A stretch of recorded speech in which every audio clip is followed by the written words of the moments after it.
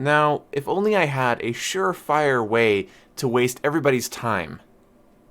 I could review Modern Warfare Spec Ops mode even though it's been out for a year on PlayStation. This is a fantastic idea. I am so excited to pursue this further. So, what do we talk about first? So, it's a survival mode where you have to fight off waves of enemies, and it's just now come to PC and Xbox.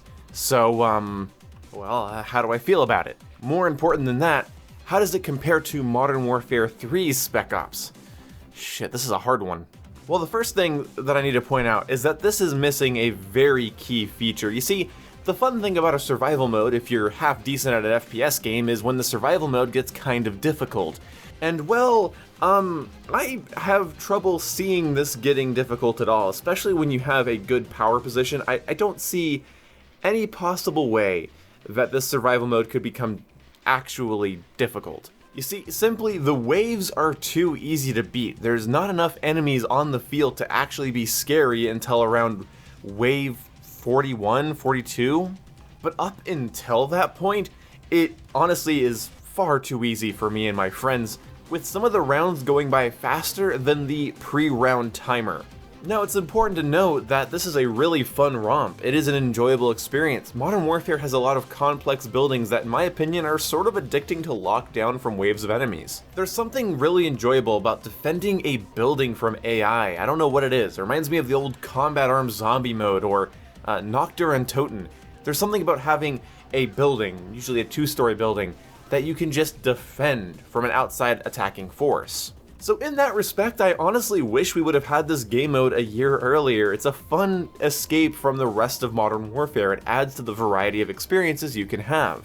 Protecting the restaurant on Crash, the office building on Shoot House, or the clothing store in Piccadilly and just locking that down and then going out and venturing out in between rounds, it's kind of exciting. I don't know, I've always been a sucker for defend the house style modes. It's what really brought me into Rainbow Six Siege when I started getting into it. And I really enjoyed doing private matches in Rainbow Six Siege. There's something about being alone in a house and it being attacked and you basically home aloneing it. But in this case, home aloneing it is sticking a 60 round assault rifle out of a window and mowing down everything that gets in front of you. But experimenting with different weapon types and attachments is really fun, and what really puts this head and shoulders above Modern Warfare 3's version is Gunsmith. Gunsmith makes weapons very replayable, and in a more casual shoot the AI environment, it's really fun to come up with combinations that maximize kills and score, or at least they're just funny to use. Like, I was enjoying using the Rytech with thermite rounds because it actually ended up being a little bit better than I thought it would be. But there's a really big problem, and that is that when you finally get enough money to buy a kill streak, there's an issue where it doesn't last long enough to be enjoyable. Like, yeah, you can just clear out an entire wave of enemies with the chopper gunner, but then your chopper gunner just sits there while the countdown for the next wave is still going and is unskippable, and so you just don't have enough fuel.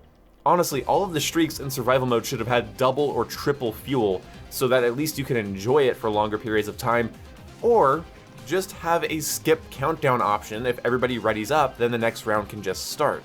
It breaks up the game when everybody has full armor, when everybody has full streaks, when everybody has loaded guns with all attachments, and we just have to sit there for 30 seconds waiting when we are all ready and we have our areas locked down. Honestly though, survival mode is a testament to Modern Warfare's gunplay, at least for me, especially in the campaign, because, you know, Spec Ops and survival here, I guess survival is Spec Ops, but either way, they use the campaign AI, which is, yeah, pretty stupid, but this is gonna sound a little morbid, maybe even a little cringy, but they react more realistically when shot, so fighting them off is more engaging than I thought it'd be. Like, using a fire shotgun on them actually burns their flesh and their clothing off. Not saying I'm a huge, like, gore fanatic. I actually don't think gore adds as much to video games as people say it does, but it is a little bit more immersive and kind of just fun to fight them off. The problem is they don't get very difficult. They're never hard to beat. Yeah, sometimes the difficulty spikes and every sniper outside of your building targets you at once, or the chopper gunner just beads down on you until you die, but then your friend revives you and you're back in the game and they seem to, like, have zero interest in targeting you ever again. There isn't an ever-increasing difficulty, and where the weapon, streak, and equipment boxes are, it really limits where you want to hang out at. So for Piccadilly, yeah, you want clothing stores. 2 stories, the enemies only have one way into the top story, And what really sucks is that if you go anywhere else, you have too many entry points and it's too far away from the box, so you just don't want it. Because the countdown is only 30 seconds, what it should be is a minute between rounds that can be skipped by everybody. That way you could camp across the map from the weapons box, but you'd still be able to, like, you know, go and get the weapons box between rounds, but it doesn't work that way, so whatever. Why the fuck am I reviewing this? I want to point out that I've seen a lot of people say that the exclusivity we have now, with Sony getting exclusive rights to content in Call of Duty, is to make up for the fact that Xbox had exclusive rights to content beforehand. And I want to point out that now Sony has had more years with the Call of Duty license than Microsoft did, and exclusivity now makes less sense than it did back then because we have crossplay. And this isn't somebody not being able to play on a new multiplayer map, or 4 multiplayer maps, or play with a new weapon, or something for 30 days. This was an entire section of Spec Ops that was locked off for 12 months. Now, is that a bad thing? No. But am I gonna justify it because it's not that big of a deal? No, it's shitty. It's honestly shitty. I paid $60 for the game. Everybody else paid $60 for the game. I bought microtransactions. A lot of other people have bought microtransactions. And it's weird seeing Sony fans be like, oh, it's so nice that Sony bought this for us, instead of them looking at it like, wow, why did Sony take that from them? Exclusivity during the 360 PS3 era was shit. It's no less shit now, no matter what form it takes. I guess with cosmetics I don't mind too much, but entire game modes being locked away is pretty unacceptable. I mean, I'm a huge Xbox fan. I'm getting a Series X before I get a PS5. But the first thing that I thought when I saw that Microsoft bought Bethesda was that they really better not take long-time multi-platform franchises like Elder Scrolls and Fallout, Doom and Wolfenstein, and make them exclusive to Xbox and PC, because essentially all you're doing is taking it away from your competition and from people that are generally used to those series being multi-platform for years. If Xbox wants to create new IPs and make them exclusive, that's one thing, but pre-existing ones, I'm not into that. And I feel the same way about any sort of cross-play competitive shooter. Take your exclusivity rights and shove them. The fact that some people are, again, thinking that Sony bought this for me, or that, well, you know, this is payback for us not getting maps for 30 days. I'm sorry, that's blatant stupidity. It's not fair for anyone. It's not good for anyone. It benefits 0 people. I guess it benefits the PlayStation player because they get the full product, but it's not a real benefit. Basically, they're getting what everyone should be getting. This is not a complex political issue. These are video games. They have price tags. You spent as much as I did, but you got more. Because we're not talking about cosmetics, which I believe nobody is entitled to. I'm sorry, you don't get the cosmetics that came out in Season 1 because, you know, you didn't play. That's not my fault. I'm sorry, you know, cosmetics are cosmetics. As long as playable things like maps and weapons and game modes are going to be available for everybody, then I'm okay. Also, I don't understand the blatant obsession with somebody's preferred platform. Like, I love Xbox to death, but not enough for me to be okay with them screwing over other people. Now, if Fallout became Xbox exclusive, would I still buy it?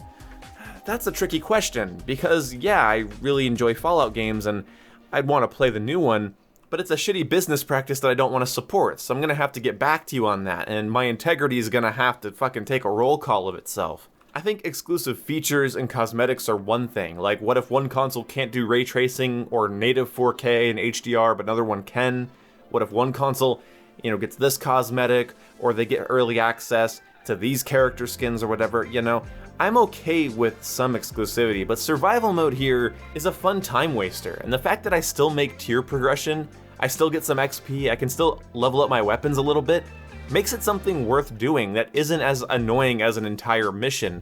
It's more like, hey, multiplayer map, defend the building, see how many rounds we can go to. Is it for everybody? Is it worth complaining over? Not really, in my opinion. It's sort of a non-issue.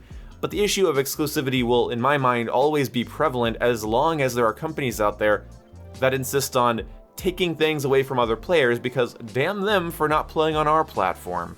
Again, if you want to take new IPs and make them exclusive, I'm not going to get too pissy about it. You know, I was a little bit mad when Spider-Man was a PlayStation exclusive, but it made sense. Now that Activision's pushing for cross-progression and cross-play and more people being able to connect in their favorite shooter, than ever before. Sony's genuinely holding that entire concept back. What's worse is that Activision is letting them, and what's worse is that PlayStation fanboys are praising them for it. Go fucking figure. I'm not trying to start a console war, but I will say to any Xbox fans out there that are hoping that PlayStation fans don't get to play the next Doom or don't get to play the next Wolfenstein without buying an Xbox or a PC or whatever, please check yourself, because your hypocrisy about what is good for the gaming industry and what isn't is sort of kind of showing. Either way, I give Survival a solid 6 out of 10. With 5 being average, 1 being horrible, and 10 being perfect, it's a 6. It's a fun way to spend an evening. It's a fun thing to do with your friends, to take a break from the multiplayer grind or Warzone. It's interesting, and I actually enjoy it. So, you know what? I am a little irritated that this was taken away from me for an entire year, because this would have been a lot of fun to play, especially when I got tired of other aspects of the game, because I wasn't really into their Spec Ops, I wasn't into Warzone, I don't really love Ground War as much, gunfight gets boring, so yeah, it would have been nice to have one other trick up my sleeve when I wanted to play Modern Warfare, but didn't want to deal with the things I didn't like in Modern Warfare. Either way, thank you guys so much for watching. I'll see you when I see you. Goodbye.